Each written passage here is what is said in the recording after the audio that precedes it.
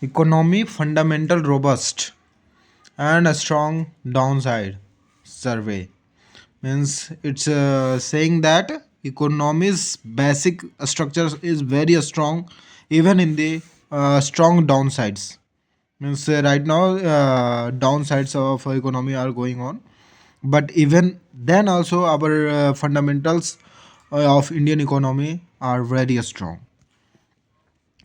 Let's see what are the points which have been highlighted in this economic survey. So number one is urban demand trend mixed, green shoot is seen in capital formation. Let's see first of all what is urban demand and green shoot. Let's start with green shoot. Green shoot, early sign of recovery or positive moment in investment and economic activity. From name only, you can recognize that from shoot it means upward liftment. The word shoot means upward liftment, and green basically you can say that positive sign. So as we can see in the that traffic lights, green is a symbol of uh, positivity or go type, and also our nature suggests nature's color is green. So words this these words are commonly used for the positive things. So green suits is the that in Indian economy of the green suit is that that economy of India is showing positive sign and the early recovery. So green suit can manifest in various ways like increase investment means investments are increasing, rising orders means demands of the Indian goods are increasing, improved consumer confidence means the consumers who are taking these goods are likely to believe that goods quality and believes its efficiency. So this type of things basically helps the Indian creators or basically industrialists to process more goods or create more goods. So basically what is this is that it is causing green shoot. It is positively affecting our Indian economy. Due to this improved consumer confidence and rising orders, there is need of workers.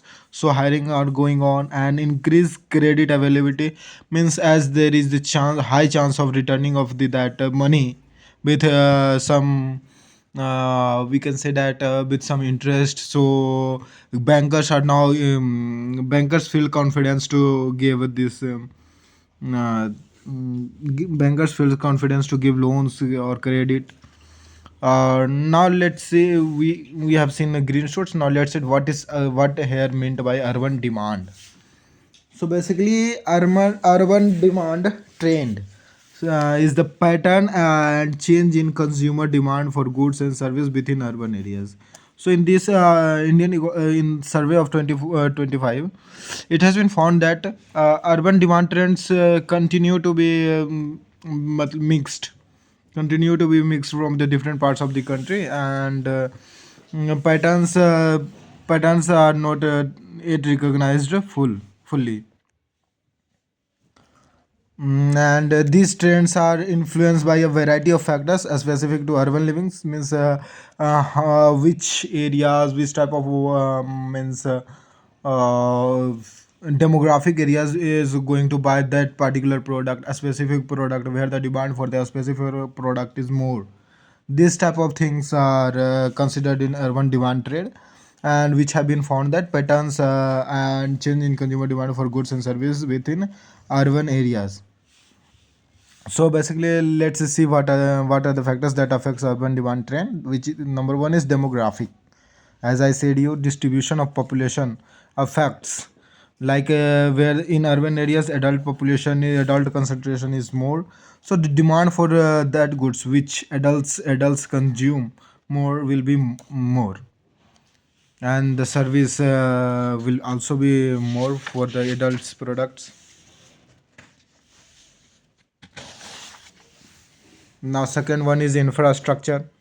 like public transport, shopping malls, and internet connectivity shapes behaviors and demand patterns. If the easy accessibility of the good is there, and there is a good use of that good, then it is most likely to be borrowed by the consumers. Third is lifestyle. This also affects the urban demand trend. In urban areas, people's like fast movements, and they focus on that earning more monies. So that type of products suits their needs, and some types of behaviors that helps them. For example, if we consider gymnasium, basically it is gymnastic. So basically it is that in urban areas people are less likely to play give timing when playing teams, because that are more time consuming. So they will go for gym. And fourth one is that income levels also matter, affects the demand trend. So basic thing is that if you have more money, then you are going to likely going to borrow more services or products. So it's very simple. And the third is culture last one is cultural influence. So cultural influence, what the culture says, also affects the demand trend. Urbans are often hub for cultural trends and innovation, leading to rapid adaptation of new products and services. So now our next that's point was survey prescribed deregulation and ways to bridge the trust deficit. Basically, in our 24-25 trust deficit, it was 24-25 economic survey. It was found that trust deficit was the reason for that less economic growth of the India. So basically, deficit means in Hindi we say kami. So lack of something. In English, we can say that deficit means lack of something. So basically, it's in survey it has been found that, or survey suggest of the survey, it was suggested that we need to deregulate. Means regulate means we need to create a different types of rules based process. And but here deregulation means some types of rule based process are removed. The things like which proves less efficiency, or uh, affect less that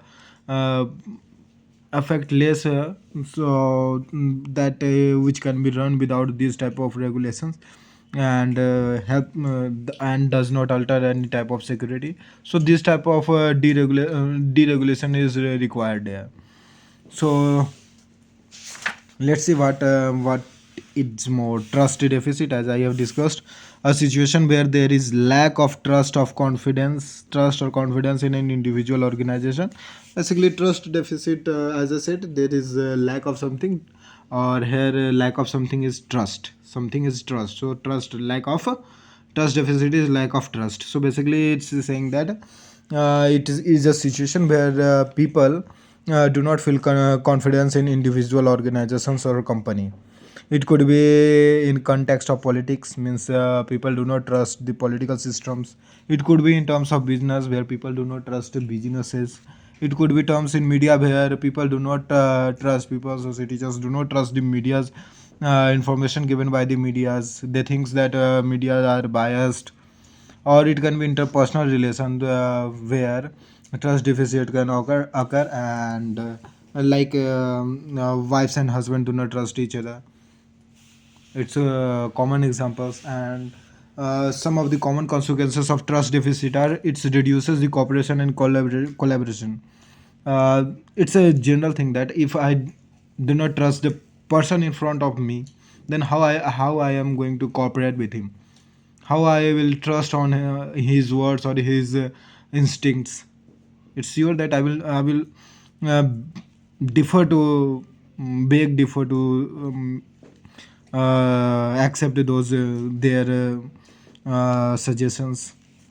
So number one, second is it increases conflicts and polarization of decisions. Means decisions are now get biased. People considers only of their own, and conflicts increases regarding small things like if four mates are living together and they are cooking foods together, but if they do not trust each other, suppose they do not trust each other, then there are a lot of possibilities of causing distrust, conflicts, like I am not trusting you that the vegetables you bought was this much costly, or you borrowed a floor which I do not think costed that much. You are adding us extra price to it. So this type of conflicts arises. Also, it can cause economic instability. Lack of trust can discourage investment and economic activity. It's also general things that if I do not trust a company, why would I invest in that company? Rather I would prefer investing at the place, investing at those company which I trust that whatever matters they will give the positive results, or they will give the true results. Number last one is social unrest. Basically, it can also leads to protest, riots, or even revolutions. Basically, you can for revolutions context, you can take the example of Indian revolution, freedom revolution of India, where you can see that no confidence motion was passed by Indian, to fight against the British. They propose that British are that using their resources and do not giving them benefits. They are torturing Indians. So it's a very live examples, or very examples of very, you can say that in this context of our Indian struggle, freedom struggle, it was a good context of the revolution. But this type of it can cause social unrest. So addressing a trust deficit require very efforts and commitment from all the parties involved.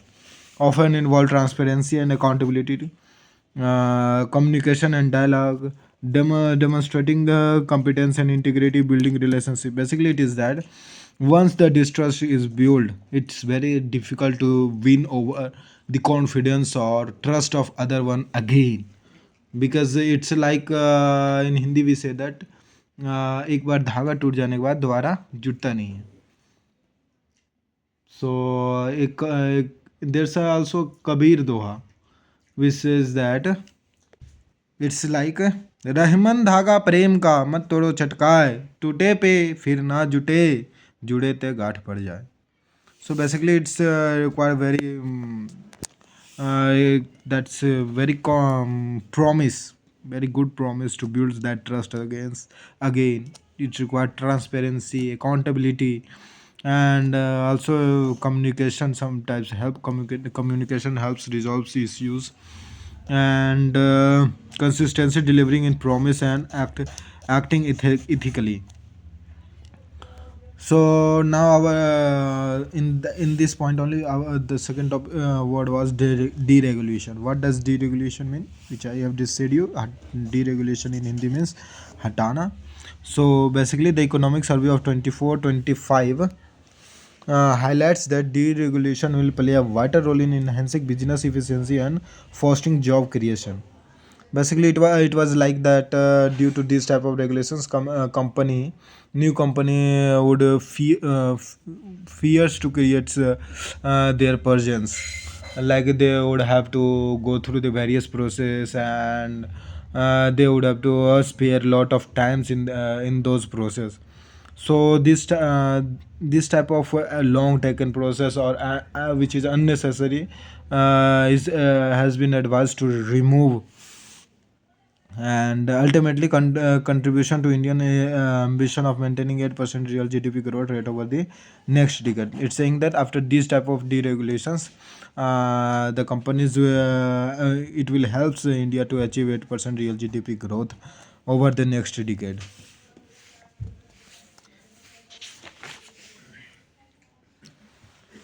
So for now, thank you.